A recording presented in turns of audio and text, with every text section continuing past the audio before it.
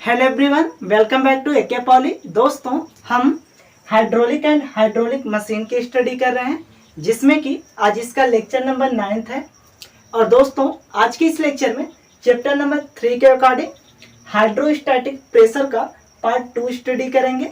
और दोस्तों, अब तक के हमने इसके फर्स्ट पार्ट को प्रोवाइड कर दिया है, जिसमें कि हम लोगों ने इसमें से टोटल 3 टॉपिक को पूरा अच्छे वे में कवर कर लिए थे। तो दोस्तों, चलिए सबसे पहले देख लेते हैं कि हम लोगों ने कौन कौन से टॉपिक के स्टडी कर चुके हैं और हमें कौन कौन से टॉपिक की स्टडी अभी करने हैं। ओके ना? तो चलिए दोस्तों, ध्यान दीजिएगा। देखिए, जैसा कि दोस्तों आपके चैप्टर नंबर 3 के अकॉर्डिंग जो है टोटल आपके जो टॉपिक हैं वो टोटल 8 टॉपिक हैं, ठीक है।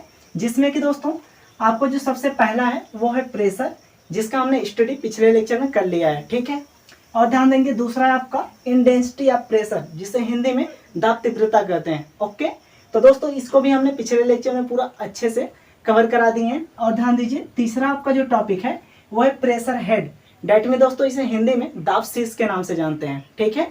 तो दोस्तों, डेट में ये जो आपके तीनों टॉपिक हैं यहाँ तक, इन तीनों टॉपिक को हमने पूरा अच्छे में पूरा कंसेप्ट के साथ हमने पूरा पिछले लेक्चर में अच्छे से कवर करा दिए हैं, ठीक है। तो चलिए दोस्तों, आज की इस लेक्चर में हमसे अपना चौथा टॉपिक स्टार्ट करेंगे, जिसका नाम है Pascal's law and its application. डेट में दोस्तों पास्कल के नियम और उसके अनुप्रयोग के बारे में जानेंगे, ठीक है। और ध्यान देंगे, पांचवा टॉपिक इसके बाद हम लोग देखेंगे वो है टोटल प्रेशर। डेट में दोस्तों संपूर्ण दाब क्या होता है इसके बारे में भी स्टडी करेंगे।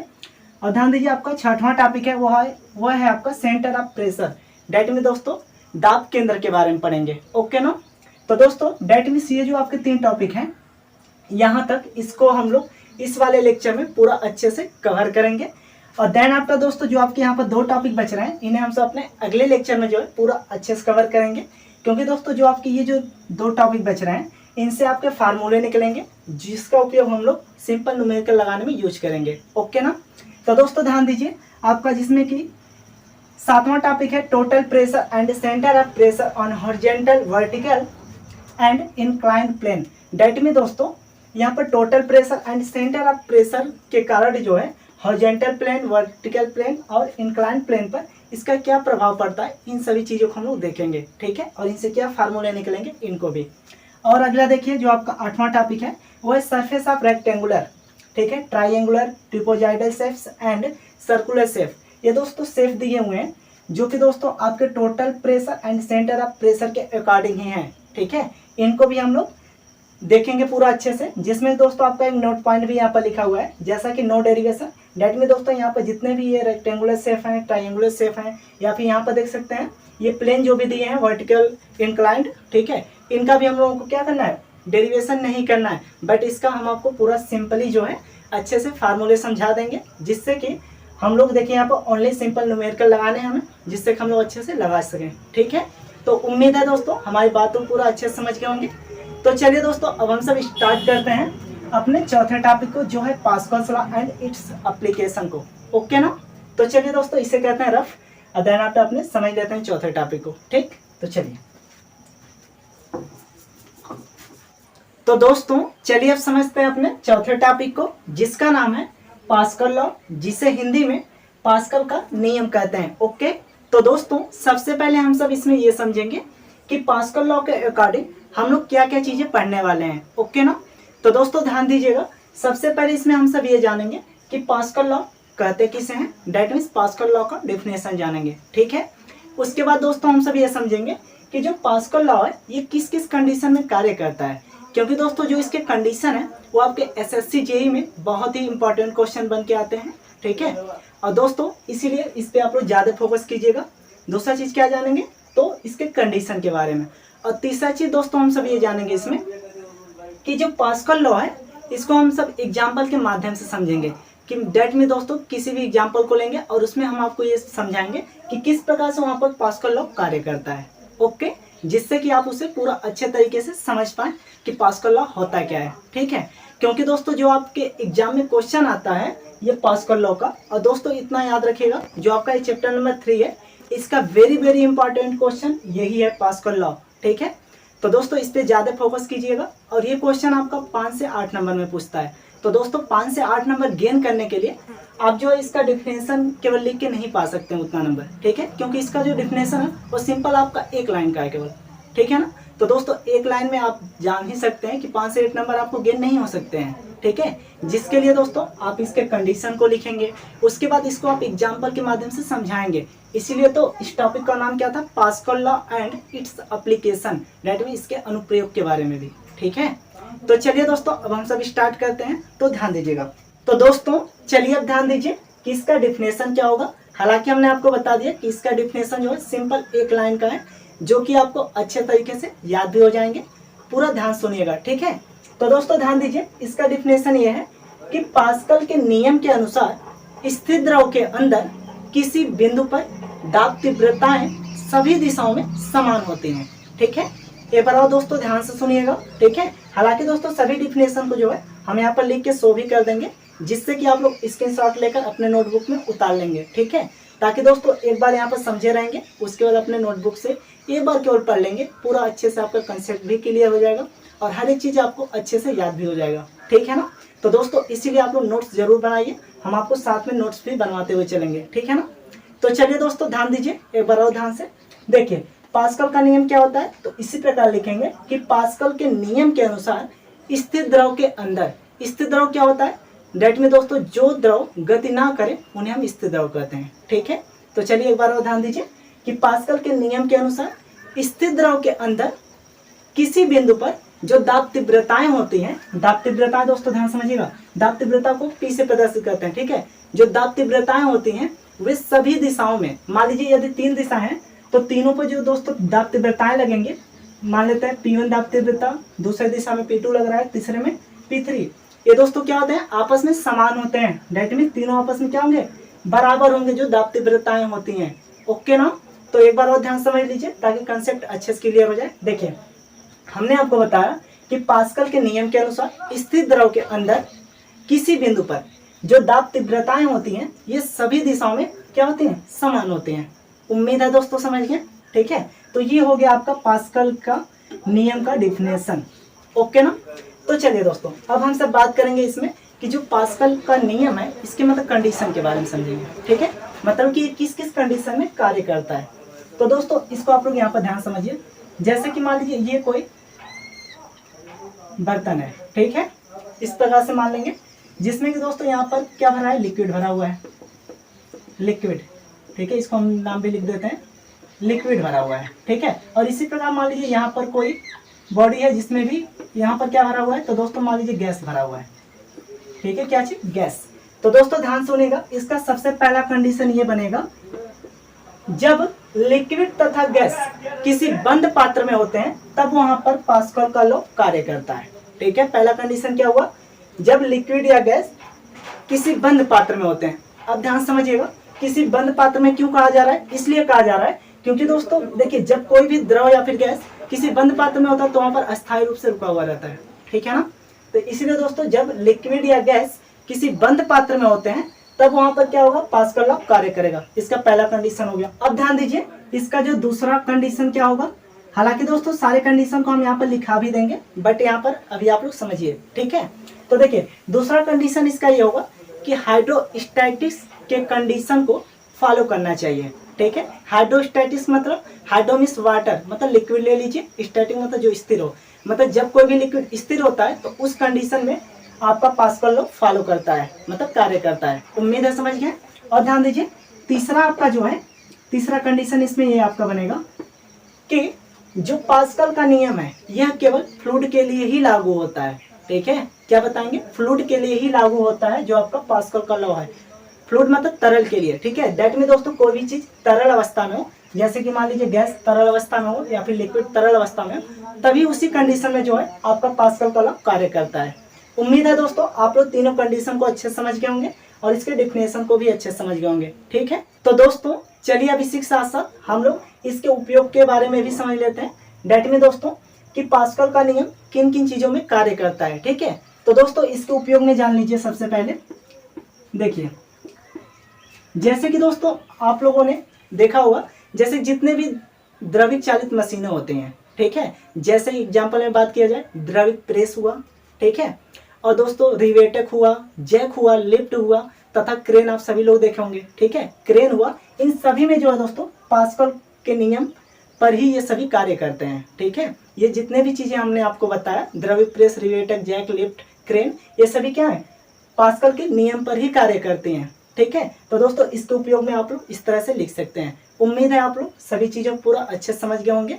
तो दोस्तों इसमें आपका एक चीज बच रहा है, और क्या, तो इसको हमने आपको कहा था कि एग्जाम्पल के माध्यम से इसे हम लोग प्रूव करेंगे कि किस प्रकार जो किसी भी बिंदु पर जो दाब तीव्रताएं होती हैं ये सभी दिशाएं में किस प्रकार से समान होती हैं, इसको हम लोग प्रूव करेंगे, ठीक है। डेट मीन जानेंगे कि पास्कल का नियम कैसे यह निकलता है, ठीक।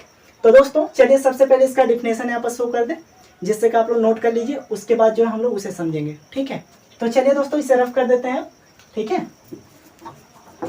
तो दोस्तों हमने यहाँ पर सभी डिफिनेशन को पूरा अच्छे से लिख दिया है, जिससे कि आप लोग स्क्रीनशॉट ले लीजिए, ताकि इसे दोस्तों हम रफ करें और देन आफ्टर हम सब एग्जाम्पल के माध्यम से भी समझ लेते हैं पास्कल लॉ को। ओके, तो दोस्तों हो गया रफ करें, चलिए से करते हैं रफ।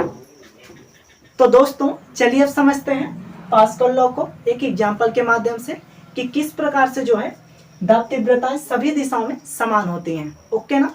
तो दोस्तों यहाँ पर हम एक एग्जाम्पल लेंगे, जिससे कि आप लोग पूरा ध्यानपूर्वक समझेंगे, और उम्मीद है दोस्तों आप लोग पूरा अच्छे से समझ भी पाएंगे, ठीक है ना। तो चलिए दोस्तों ध्यान दीजिए। हालांकि दोस्तों जो एग्जाम्पल हम यहाँ पर लेने जा रहे हैं उसे एक साइड में लिखते हुए चलेंगे और दूसरे साइड में जो है प्रूफ भी करते हुए चलेंगे, ठीक है। डेट में दोस्तों हमें यही प्रूफ करना है, ठीक है, जिससे हम लोग समझ सके कि पास्कल का लॉ कैसे निकला हुआ है, ठीक है। तो दोस्तों इससे समझने के लिए हम यहाँ पर एक प्रिज्म ले लेते हैं, ठीक है, जिसे दोस्तों हिंदी में हम लोग समपार्श्व कहते हैं। ओके ना। तो मान लीजिए ये कोई प्रिज्म है, इस तरह से प्रिज्म हो गया, ठीक है, जिसे दोस्तों समझने के लिए हम लोग यहाँ पर इसे 3D आकार में बना लेते हैं, जिससे कि आप लोग इसे पूरा अच्छे तरीके से समझ पाएँ, ठीक है ना। तो देखिए ये हो गया इसका 3D आकार। देखिए अब इसे जो है दोस्तों यहाँ पर हम छायांकित भी कर देते हैं, ठीक है, क्या कर देते हैं, छायांकित,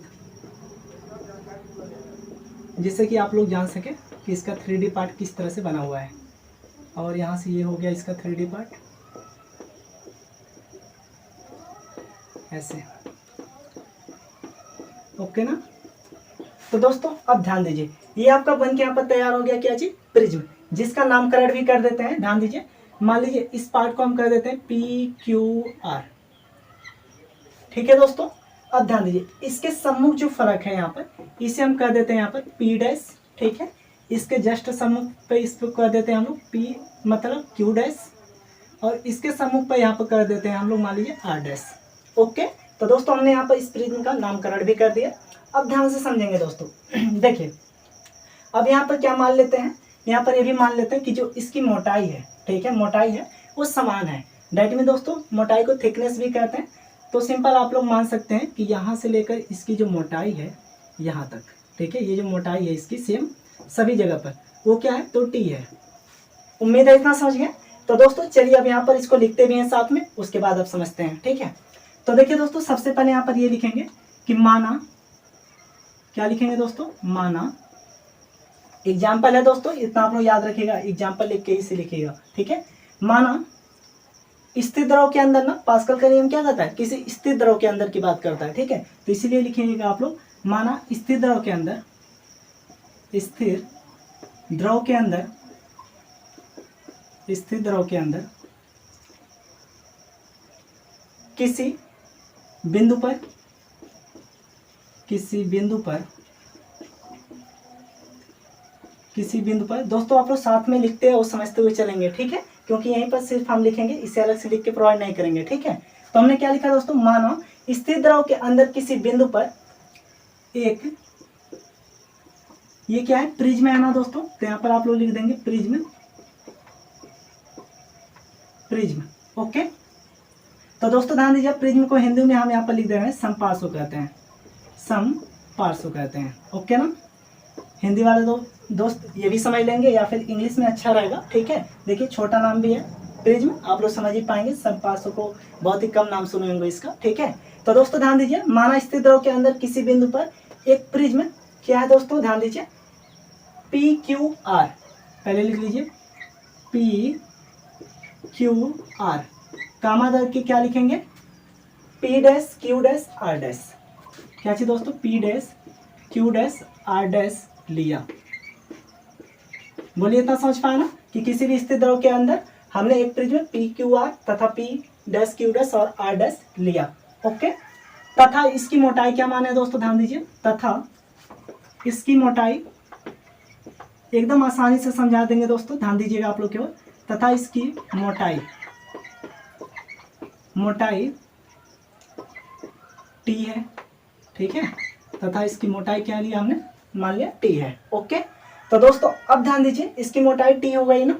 अब ध्यान दीजिए, देखिए, तथा इसके फलकों पर, ठीक है, देखिए इसके फलक क्या होते हैं, यही फलक होते हैं दोस्तों, ठीक है, इसके सामने फलक होते हैं। तो दोस्तों यहाँ पर लिखिएगा, तथा फलकों पी डैश, यही तो है दोस्तों, ध्यान दीजिएगा, पी डैश और क्या है, क्यू डैश, इसको ले रहे हैं, ठीक है, ध्यान दीजिएगा, क्यू डैश, ठीक है, और यहाँ पर कामा लगाइए। अब देखिए क्यू डैश आर डैश, ठीक है, यहाँ पर लिख दीजिए क्यू डैश और क्या लिखेंगे, इसी में लिखिए आर डैश। ओके ना, उसके बाद क्या लिखेंगे दोस्तों, ये वाला हो गया, तथा लिखिए, तथा और क्या फलक है, एक फलक और है आपका, देखिए ये फलक हो गया, ये हो गया, और इसका यहाँ पर, ठीक है, मतलब कि आर डैश और पी डैश, ठीक है दोस्तों, आर डैश और पी डैश पर जो दाब तीव्रताएं हैं, इस प्रकार से लिखिए, इन पर दाब तीव्रताएं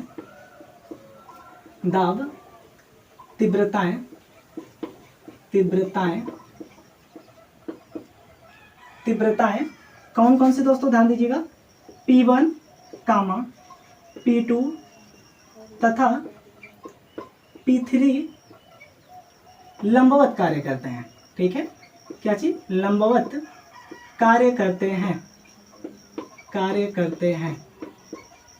इस तरह से लिखिए। अब ध्यान समझिए, देखिए हमने यहाँ पर लिखा क्या चीज दोस्तों, कि इसकी मोटाई तो टी है तथा फल को पी डैश क्यू डैश, ठीक है, और क्यू डैश तथा आर डैश और आर डैश तथा पी डैश, ठीक है, इन पे क्या लिखा है, जो दाब तीव्रताएं हैं क्या है, P1, मतलब कि पहले वाले क्या है, इस पे P1, ठीक है, देखिए दोस्तों यहाँ पर हमने अभी लिखा है लंबवत कार्य करते हैं, तो P1 और इस पे क्या है, लंबवत कार्य करेगी इस तरह से P2, ठीक है, और इस पे इस तरह से कार्य करेगी लंबवत P3। तो दोस्तों यही हमने यहाँ पर लिखा है, इस पर लंबवत जो दाब तीव्रताएं हैं वो P1, P2 तथा P3 कार्य करते हैं। ओके, तो दोस्तों इतना हो जाने के बाद अब आप लोग क्या लिखेंगे, ये लिखेंगे, देखिए जो यहाँ पर प्रिज्म बना हुआ है, ठीक है, क्या लिखेंगे, यहाँ पर लिखेंगे तथा मत लिखिए, सीधे लिख दीजिए। अब यहाँ पर लिखिएगा कि यह प्रिज्म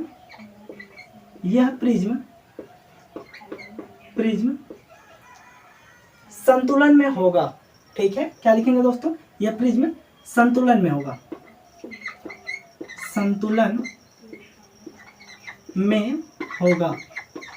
तो दोस्तों ऐसा क्यों है कि ये मतलब संतुलन में है, तो आप लोग लिख देंगे यहाँ पर, क्योंकि क्या लिखेंगे, क्योंकि देखिए प्रिज्म का दोस्तों देख सकते हैं जो फलक है वो एक दूसरे से मिले हुए हैं, ठीक है, देखिए ये वाला फलक क्या है, इस वाले से मिला हुआ है, ये वाला फलक इस वाले से मिला हुआ है, ठीक है, सभी आपस में एक दूसरे से मिले हुए हैं, इसी के कारण ये क्या होता है, संतुलन में होता है, ठीक है, इतना याद रखेंगे। तो आप लोग इसी प्रकार लिखिएगा, ये प्रिज्म क्या है, संतुलन में होगा, क्योंकि ये प्रिज्म क्या है, क्योंकि ये प्रिज्म ये क्या, या फिर ऐसे लिख दीजिए, क्योंकि इसके प्रत्येक फलक, इसके फलक की बात हो रही थी ना, इसलिए इसके प्रत्येक फलक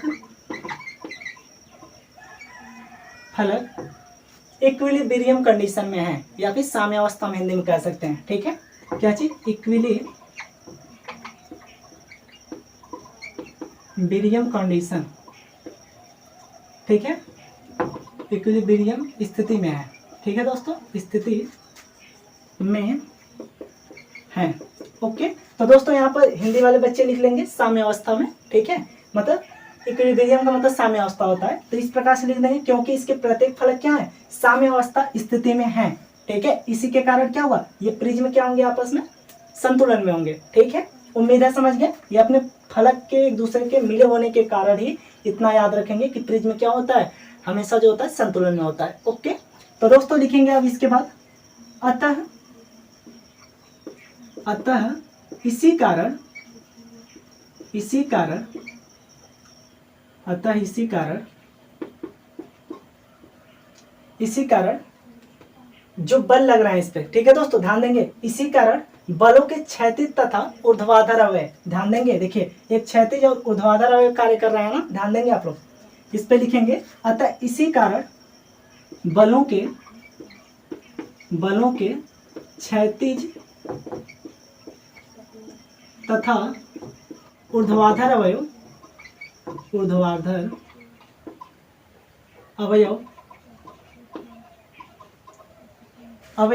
क्या लिखे दोस्तों, इसी कारण बलों के क्षैतिज तथा ऊर्ध्वाधर अवयव भी आपस में संतुलित अवस्था में होंगे, ठीक है, आपस में संतुलित होंगे, ऐसे ही लिख दीजिए, ठीक है, आपस में संतुलित होंगे।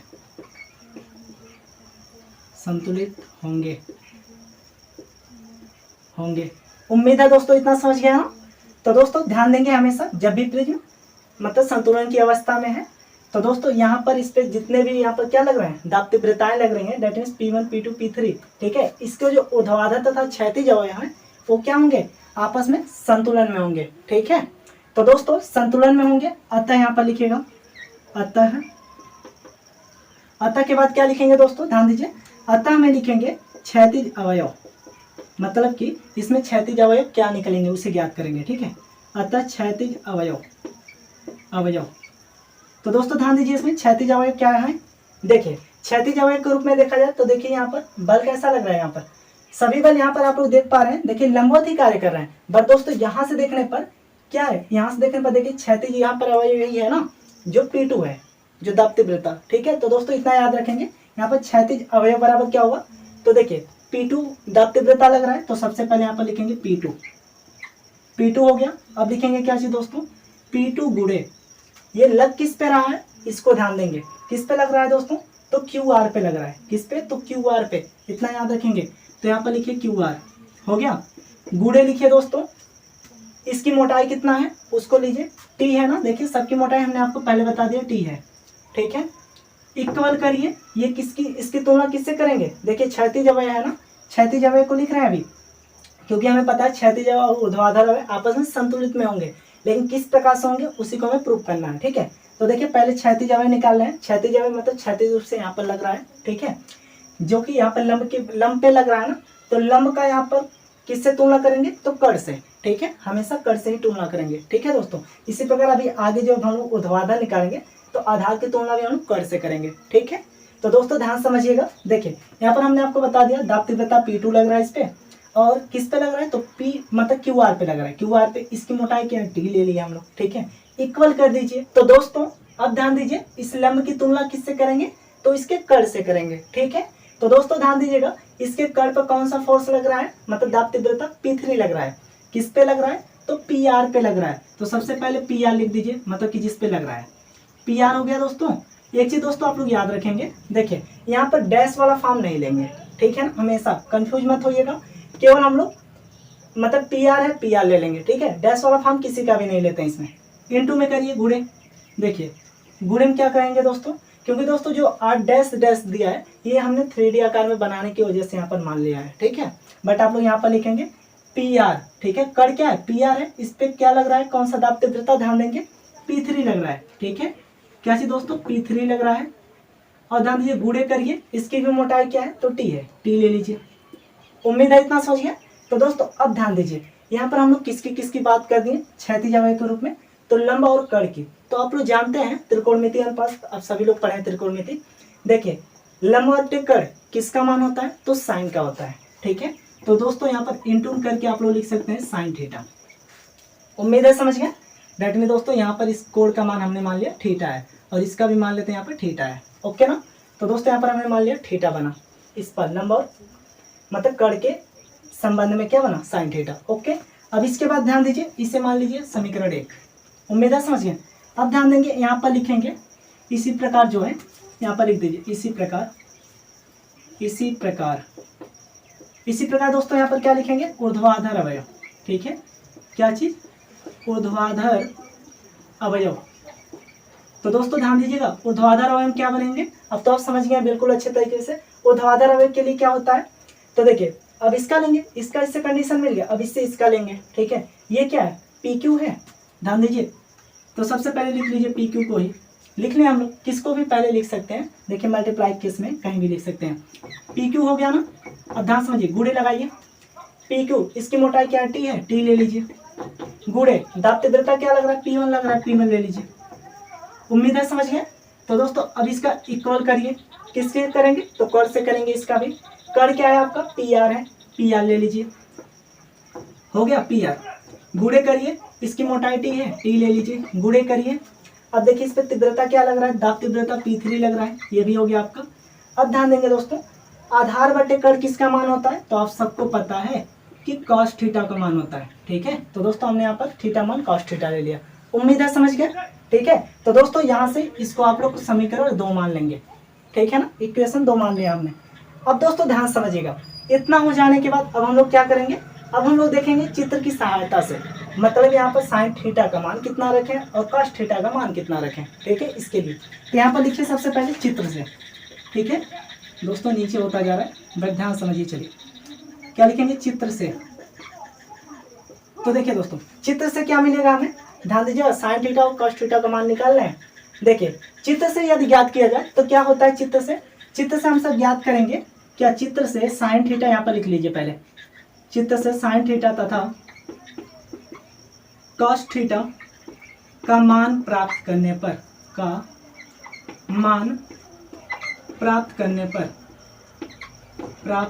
पर ओके। तो दोस्तों ध्यान दीजिए, यहाँ से मान कितना निकलेगा, साइन थीटा और कॉस थीटा का। सबसे पहले साइन थीटा का मान निकालिए, साइन थीटा बराबर क्या होता है, लंब बटे कड़ होता है, ठीक है। लंब क्या है, क्यू आर है, ध्यान देंगे, क्यू आर बट्टे में कड़ क्या है दोस्तों, तो देख सकते हैं पी आर है, ठीक है। तो पी आर ले लीजिए, उम्मीद है इतना समझिए। तो दोस्तों इसी प्रकार आप ज्ञात कर लीजिए, ये तो हो गया आपका मान, यहाँ पर लिख देते हैं, कॉस थीटा मान भी निकाल लीजिए, ठीक है। आप लोग नीचे लिख लेंगे, थोड़ी जगह एडजस्टिंग की वजह से हम यहाँ पर लिख रहे हैं, ठीक है। कॉस थीटा का मान देखिए दोस्तों क्या निकलेगा आपका, कॉस थीटा बराबर आधार बटे कड़ होता है, आधार क्या है, पी क्यू है, तो यहाँ पर इसके इक्वल लिख लीजिए पी क्यू। उम्मीद है दोस्तों समझ गए, पी क्यू हो गया। अब देखिए कड़ क्या है, पी आर है, तो पी आर लिख लीजिए बटे में, उम्मीद है इतना भी समझ गए। तो दोस्तों यहाँ से हम लोगों ने प्राप्त कर लिया साइन थीटा और कॉस थीटा का मान, ठीक है। तो दोस्तों उम्मीद करते हैं इतना आप लोग समझ गए होंगे। तो चलिए एक बार और इसे रिपीट कर देते हैं, क्योंकि दोस्तों इसे हमें रफ करना होगा इससे आगे समझने के लिए, ठीक है ना। तो इसे चलिए रफ मतलब एक बार और रिपीट कर देते हैं ताकि आपका कंसेप्ट अच्छे से क्लियर हो जाए, ठीक है। तो दोस्तों देखिए ध्यान से, हम लोगों ने क्या समझ रहा है, यहाँ पर हमने समझा यहाँ पर कि एग्जाम्पल के माध्यम से कि किस प्रकार से पास्कल लॉ को हम लोग सिद्ध करेंगे, मतलब इसके दाब तीव्रताएं किस प्रकार से प्रत्येक दिशा में समान होती हैं, ठीक है। तो देखिए माना हमने क्या चीज, स्थिर द्रव के अंदर किसी बिंदु पर एक प्रिज्म ले लिया, प्रिज्म आप सभी लोग बना लेंगे उम्मीद है, ठीक है। प्रिज्म ले लिया, इस प्रिज्म का नामकरण हमने कर दिया था पी क्यू आर है, 3 बॉडी बनाने के कारण देखिए पी डैश और क्यू डैश और आर डैश भी हमने ले लिया, ठीक है, ले लिया। तथा इसकी मोटाई हमने कह दिया, इसकी मोटाई टोटल टी है, ठीक है, तथा इसकी मोटाई टी है, ओके।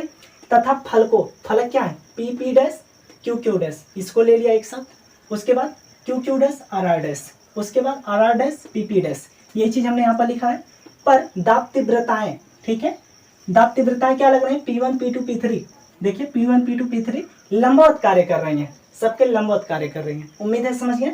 तो दोस्तों अब ध्यान दीजिए, यह प्रिज्म क्या होगा, संतुलन में होगा, क्योंकि इसके सभी फलक क्या हैं, आपस में मतलब जुड़े हुए हैं, ठीक है। डेट मीन इसके सभी फलक आपस में, ऐसे भी बोल सकते हैं, इसके सभी फलक आपस में क्या है, साम्य अवस्था में। साम्य अवस्था में क्यों है, तो आप लोग देख सकते हैं, मतलब इक्विलिब्रियम कंडीशन में इसीलिए है क्योंकि देखिए ये वाला पार्ट हॉरिजॉन्टल वाला इसके इस वाले पार्ट से मिला हुआ है। डेट में दोस्तों इक्विलिब्रियम कंडीशन क्या होता है, लिखते हैं हम लोग यहाँ पर सिग्मा एफ एक्स बराबर 0, सिग्मा एफ वाई बराबर 0, ये तो होता है इक्विलिब्रियम कंडीशन।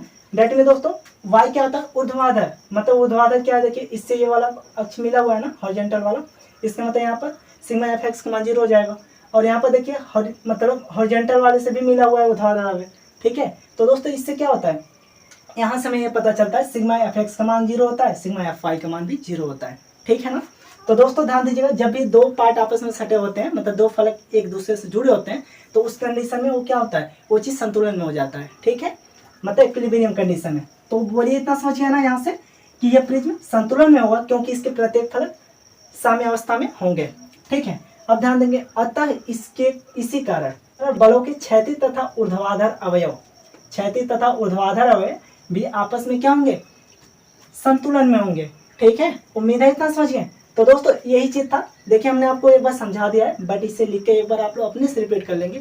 उम्मीद है दोस्तों अच्छे से याद भी हो जाएगा, काफी लंबे समय तक याद भी रहेगा। एग्जाम टाइम एक बार पढ़ लेंगे, अच्छे से आपका नंबर इसमें गेन हो जाएगा। ठीक है, तो चलिए अब ध्यान दीजिए, अतः हमने यहाँ से ज्ञात किया, जब हमने जाना कि बलों के क्षैतिज तथा ऊर्ध्वाधर आपस में क्या है, समान है। तो कैसे समान है, इसको ज्ञात करेंगे ना, क्षैतिज अवयव। देखिए अतः क्षैतिज अवयव क्या लिया हम लोगों ने, लिया P2। ध्यान देंगे, क्षैतिज अवयव देखिए P2 लग रहा है ना, हम लोगों के देखने से ये जो P2 लग रहा है क्षैतिज लग रहा है। ठीक है, तो दोस्तों P2 लिया, किस पे लग रहा है, QR पे, QR लिख दिया। N2 में मोटाई इसकी क्या है, T ले लिया, इक्वल कर दीजिए। इसका संबंध कड़ से करेंगे हमेशा, इसका कड़ मतलब संबंध किससे करेंगे, कड़ से। कड़ क्या है, PR है, PR ले लिया हमने। इस पे दाब तीव्रता P3 लग रहा है, तो दोस्तों यहाँ पर हमने PQ लिख दिया है। ठीक है, P3 लिख दीजिएगा ऐसे, P3। ठीक है, गुणे में इसकी मोटाई T है, सिंपल ले लिया। N2 में साइन थीटा क्यों लिखा, क्योंकि यहाँ पर कोण क्या बन रहा है, लंब बटे कड़, इसका मतलब साइन थीटा। उम्मीद है समझ गए। इसी प्रकार ऊर्ध्वाधर अवयव की बात करें तो इसका इससे संबंध करेंगे, मतलब आधार का। आधार क्या है, PQ है, PQ ले लिया। देखिए ध्यान से, PQ हमने ले लिया ना, N2 में इसकी मोटाई T है, दाब तीव्रता P1 लग रहा था, इक्वल किए, इसका संबंध कड़ से करेंगे, PR से मतलब, गुणे इसकी मोटाई T है, इस पे दाब तीव्रता P3 है, N2 में cos थीटा लेंगे। यहाँ पर थीटा मान क्या हो जाए, cos थीटा। उम्मीद है समझिए। तो दोस्तों यहाँ पर समीकरण 1 समीकरण 2 हमने यहाँ पर मान लिया। उसके बाद क्या किया, चित्र से हम लोग क्या करेंगे, यहाँ पर सब चीज का मान हमें पता है, बस साइन थीटा cos थीटा का मान पता करना था। चित्र से हमने ज्ञात कर लिया कि साइन थीटा बराबर मतलब QR बटे, मतलब लंब बटे कड़ होता है, मतलब QR बटे PR हो जाएगा, हो गया। इसी प्रकार cos थीटा बराबर आधार बटे कड़ होता है, मतलब PQ बराबर P बटे R, PR हो गया। ठीक है, उम्मीद है दोस्तों इतना समझिए। तो दोस्तों चलिए अब ऊपर से यहाँ क्या करते हैं, रफ कर देते हैं ताकि आप लोग अच्छे समझ सकें। ठीक है, चलिए दोस्तों यहाँ पर बेहतरीन तरीके से समझाने की वजह से लेक्चर थोड़ा बड़ा भी हो रहा है। ठीक है, बट आप लोग ध्यानपूर्वक समझिए, केवल अच्छे समझ में आना चाहिए। ठीक है, मायने ये रखता है, लेक्चर से मतलब नहीं होता दोस्तों। देखिए कोई भी चीज़ समझने के लिए टाइम लगती है, ठीक है ना, इतना याद रखिएगा, क्योंकि जितना आप समय खर्च करेंगे उतना अच्छे से आप लोग समझ पाएंगे। ठीक है, उतना अच्छी शिक्षा प्राप्त कर पाएंगे। ओके, तो दोस्तों चलिए अब यहाँ पर लिखते हैं हम लोग कि साइन थीटा का मान समीकरण 1 में रखने पर तथा cos थीटा का मान समीकरण 2 में रखने पर। ठीक है, तो सबसे पहले देख लीजिए साइन थीटा का मान समीकरण 1 में रख के क्या मिलता है, ध्यान समझिएगा आप लोग। साइन थीटा का मान समीकरण 1 में रखने पर तो दोस्तों ध्यान दीजिएगा, साइन थीटा का समीकरण 1 में रख दीजिए। देखिए समीकरण 1 आपका क्या है, P2 है, P2 लिखिए, गुणे में करिए, QR है, QR हो गया, गुणे करिए, T है, T ले लीजिए, इक्वल करिए, PR हो गया, PR कर लीजिए। ओके, गुणे करिए, P3 है, गुणे में T है, N2 में क्या है दोस्तों, साइन थीटा। तो साइन थीटा का मान कितना है, QR बटे PR, तो यहाँ पर रख लीजिए QR बटे PR। बोलिए इतना समझ गया ना। देखिए साइन थीटा का मान रख रहे हैं ना, यहाँ पर इतना हमने रख दिया। अब ध्यान समझिए दोस्तों, यहाँ से क्या मिला आपको, देखिए यहाँ पर जो है आप लोग एक चीज समझ पा रहे हैं, ये देखिए गुणा कर रहा है ना, यहाँ पर गुणे का चिन्ह लगा सकते हैं, यहाँ से ये कैंसिल हो जाएगा। ओके, और दोस्तों ध्यान दीजिए इस साइड से ये वाला साइड कैंसिल हो जाएगा। ठीक है, और ध्यान दीजिए इस T से T ये कैंसिल हो गया, बचा क्या आपका P2 बराबर P3, यही तो बच रहा है। उम्मीद है समझ गए। तो दोस्तों अब इसी प्रकार ध्यान दीजिए cos थीटा का मान, इसी प्रकार या फिर इसलिए लिख दीजिए cos थीटा का मान किस में रखेंगे, समीकरण 2 में रखने पर। ठीक है, समीकरण 2 में रखने पर। और दोस्तों आज से जो है आपको रोज डेली लेक्चर मिलने वाले हैं। ठीक है, क्योंकि दोस्तों हम कुछ और समझ रहे थे कि मतलब हम आपको पढ़ाने वाले थे ही नहीं। ठीक है, बट दोस्तों कुछ बच्चों के प्रेशर की वजह से, ठीक है, वो कहें सर जी पढ़ा दीजिए, दिक्कत होगा। ठीक है, तो दोस्तों इसलिए हमने आपको फिर से स्टार्टिंग कर दिया, इसी की वजह से अब तक लेक्चर नहीं प्रोवाइड कर रहे थे, क्योंकि हम आपको पढ़ाने वाले ही नहीं थे। ठीक है, तो दोस्तों अब चलिए ध्यानपूर्वक आप लोग समझिए। ठीक है, बट अब आप लोग बेफिक्र रहिए, पूरा अच्छे से रोज लेक्चर प्रोवाइड करेंगे आप लोगों को। ठीक है, देखिए cos थीटा का समीकरण 2 में रखेंगे ना, दो क्या पर है, यहाँ पर देखिए क्या है, पी क्यू है, पी क्यू गुणे में टी गुणे में P1 इक्वल टू PR गुणे में टी गुणे में P3 गुणे में क्या है दोस्तों, ध्यान दीजिए P3 है, यहाँ पर फिर से लिख दीजिए P3 हो गया इंटू कॉस थीटा, गुणे लगाइए, कॉस थीटा का मान देखिए कितना है, PQ बटे PR आया था, PQ बटे PR हो गया दोस्तों। तो चलिए इस नीचे वाले को भी थोड़ा सा रफ कर देते हैं, ठीक है, ताकि अच्छे से हम लोग समझ पाए इसे। चलिए ध्यान दीजिए, हो गया। तो दोस्तों ध्यान दीजिए यहाँ से क्या मिलेगा आपको, PR से PR कैंसिल, ठीक है, PQ से PQ कैंसिल, T से ये T कैंसिल, बचा क्या, P1 बराबर, देखिए दोस्तों यहाँ पर P1 ही तो बच रहा है आपका, P1 बराबर P3 के, P1 बराबर P3 के। उम्मीद है इतना भी समझ गए। तो दोस्तों ध्यान दीजिएगा यहाँ P2 बराबर P3, P1 बराबर P3, ठीक है। तो दोस्तों यहाँ पर आप लोग मान सकते हैं, एक दो समीकरण यहाँ पर मान लीजिए, तीसरा समीकरण इसे मान दीजिए, सेम चौथा समीकरण इसे मान देंगे, ठीक है। तो यहाँ पर लिखेंगे अतः समीकरण 3 व 4 से कंपेयर करने पर या फिर तुलना करने पर, ठीक है, कंपेयर को हिंदी में तुलना कहते हैं, ठीक है, तुलना करने पर। तो दोस्तों ध्यान दीजिए, कंपेयर कीजिए क्या मिलेगा आपको, आप लोग देख सकते हैं दोस्तों, यहाँ से कंपेयर करने पर हमें मिल गया, देखिए P2 P3 के बराबर है, P1 P3 के बराबर है, डेट में दोस्तों P मतलब इसके बराबर ही है, इसके बराबर है, डेट में टोटल आपस में क्या हो जाएंगे, कंपेयर करने पर आपस में बराबर हो जाएंगे, P1 बराबर P2 के हो जाएगा, P2 बराबर P3 के हो जाएगा। उम्मीद है समझ गए, क्योंकि सभी आपस में क्या है, बराबर हैं, अर्थात हमारा इति सिद्धम हो गया, ठीक है, प्रूफ हो गया ना। ध्यान दीजिए दोस्तों, आपका ये हो गया प्रूफ, ओके ना। देखिए यही हमें प्रूफ करके लाना था, दैट मीन पास्कल का नियम हमें बताया था किस प्रकार से पास्कल का नियम होता है, मतलब ये सभी दिशाओं में किस प्रकार से दाप्तिवृत्ताएं आपस में समान होती है। तो हमने प्रूफ करके बता दिया कि इसी प्रकार से क्या होता है, पास्कल नियम के अकॉर्डिंग दाप्तिवृत्ताएं आपस में सभी दिशाओं में समान होती हैं। उम्मीद है आप सभी लोग अच्छे समझ गए होंगे, ठीक है। तो दोस्तों वैसे लेक्चर बड़ा होता जा रहा है, तो चलिए इसे आप लोग स्क्रीनशॉट ले लीजिए। एक टॉपिक और आपका पढ़ा देते हैं जो है आपका टोटल प्रेशर, ओके, और देन आफ्टर सभी टॉपिक को अगले लेक्चर में प्रोवाइड मतलब अगले लेक्चर में कवर करेंगे, ठीक है। तो चलिए दोस्तों स्क्रीनशॉट लीजिए जल्दी, हो गया, रफ करें, चलिए। तो दोस्तों चलिए अब समझते हैं अपने 5वें टॉपिक को, जो कि दोस्तों ये टॉपिक जो है आपका लास्ट टॉपिक रहेगा इस लेक्चर का, ओके ना। तो चलिए दोस्तों इसे भी ध्यानपूर्वक समझ लीजिए, क्योंकि दोस्तों ये जो टॉपिक है इससे आपका फार्मूला भी निकलेगा, उसके बेस पे हम लोग न्यूमेरिकल भी सॉल्व करेंगे, ठीक है ना। तो दोस्तों ध्यान दीजिएगा, क्या है आपका टॉपिक, तो टोटल प्रेशर, जिसे हिंदी में संपूर्ण दाब कहते हैं, ओके। तो दोस्तों सबसे पहले इसका डिफिनेशन सिंपल है, ध्यानपूर्वक समझ लीजिए, ठीक है। देखिए संपूर्ण दाब किसे कहते हैं, तो टोटल एरिया पर, क्या चीज दोस्तों, टोटल एरिया पर कार्य करने वाला जो प्रेशर होता है, ठीक है, उसी को हम लोग टोटल प्रेशर कहते हैं। उम्मीद है समझ गए, क्या चीज दोस्तों, वही सेम चीज यहाँ पर भी लिखा गया है, टोटल एरिया पर कार्य करने वाला प्रेशर ही टोटल प्रेशर कहलाता है। उम्मीद है समझ गए ना। तो दोस्तों इस तरह से आप लोग लिख सकते हैं टोटल प्रेशर का डिफिनेशन, ठीक है, टोटल प्रेशर। उम्मीद है इतना समझ गए कि टोटल एरिया पर कार्य करने वाला जो प्रेशर होता है वो हमारा टोटल प्रेशर कहलाता है, ओके ना। तो दोस्तों यहाँ से एक चीज और आप लोग ध्यान रखेंगे कि जो टोटल प्रेशर होता है आपका, क्या चीज, टोटल प्रेशर, वैसे दोस्तों डेरिवेशन नहीं करने हैं, ठीक है, इसी की वजह से हम आपको मेन चीजें बता दे रहे हैं वैसे, ठीक है, जितने भी इंपॉर्टेंट है। देखिए टोटल प्रेशर जो होता है दोस्तों, ये आपका हाइड्रोस्टैटिक प्रेशर मतलब हाइड्रोस्टैटिक फोर्स के बराबर माना जाता है, ठीक है, क्या, हाइड्रोस्टैटिक्स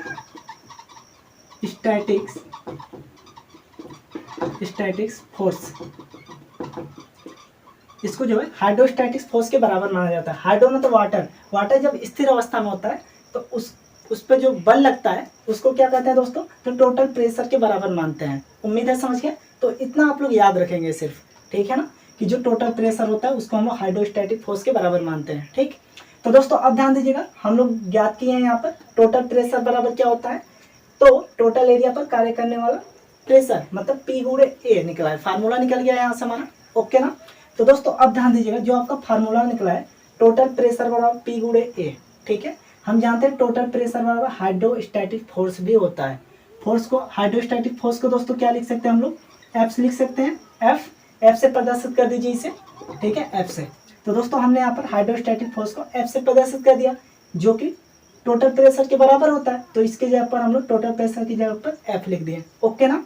तो अब ध्यान दीजिए, इक्वल करिए, आपका क्या होता है टोटल प्रेशर बराबर P गुणे ए होता है, मतलब प्रेशर गुणे एरिया होता है। ठीक है।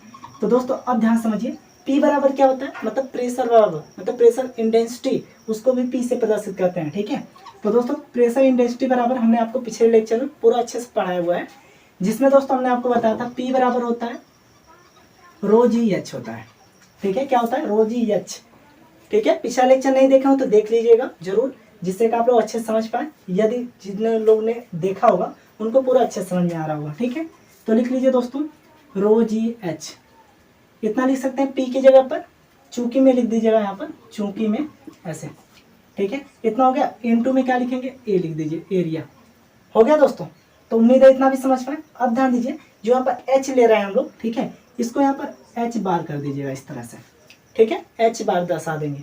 अभी बता रहे क्यों हम यहाँ पर एच बार लेते हैं। ठीक है, इस तरह से मतलब दोस्तों दर्शा दीजिएगा, क्योंकि आपकी जो बुक में फार्मूला है वो सेम यही से बना है, बट यहाँ पर ये क्या किया गया है, यहाँ पर एच बार से दर्शाते हैं। क्यों दर्शाते हैं, क्योंकि दोस्तों डेरिवेशन से जब हम लोग इसे प्राप्त करते हैं तो वहाँ पर एच बार लिख देते हैं। ठीक है ना, हम लोग को डेरिवेशन करना नहीं है, इसलिए आप लोग सिंपल ये फार्मूला याद रखेंगे। ठीक है, तो एफ बराबर दोस्तों क्या निकल गया, तो निकल गया आपका रो जी एच पे बार गुणे ए। उम्मीद है समझ गए। तो दोस्तों इसे आप लोग याद कर लेंगे, ये आपके ऊपर डिपेंड करता है। ठीक है, आप लोग इसे एक बार याद कर लेंगे तो उम्मीद है लंबे समय तक याद भी रहेगा, यदि इसका डिफिनेशन भी याद है आपको तब। ठीक है, तो दोस्तों अब ध्यान दीजिएगा, इसे और क्या लिख सकते हैं हम लोग, एफ बराबर लिख सकते हैं हम लोग, रो है ना, देखिए रो जी बराबर क्या होता है, ध्यान दीजिएगा, रो जी ये किसके बराबर होता है, तो आप लोग जानते हैं वेट डेंसिटी बराबर, जिसे स्मॉल डब्ल्यू से या फिर गामा से प्रदर्शित करते हैं। ठीक है, तो दोस्तों लिख सकते हैं यहाँ पर हम लोग रो जी के जगह पर क्या लिख सकते हैं,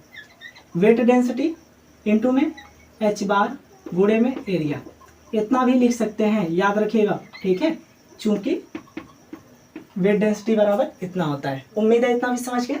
तो दोस्तों इन दोनों केस में आप लोग ले सकते हैं। ठीक है, यदि आपको न्यूमेरिकल में इस तरह से वेट डेंसिटी के रूप में पूछा हो तो ये फार्मूला लीजिएगा, वरना इन सब के केस में यही वाला फार्मूला लेंगे। ठीक है, वैसे अधिकतम करके एक फार्मूला यूज होगा। ठीक है, इससे आप लोग याद कर लेंगे।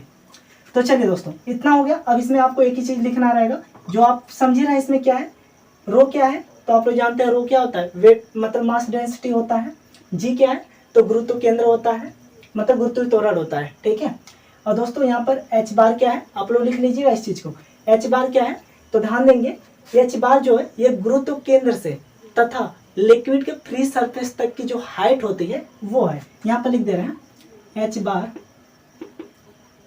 गुरुत्व केंद्र से लिक्विड के फ्री सरफेस तक की हाइट होती है,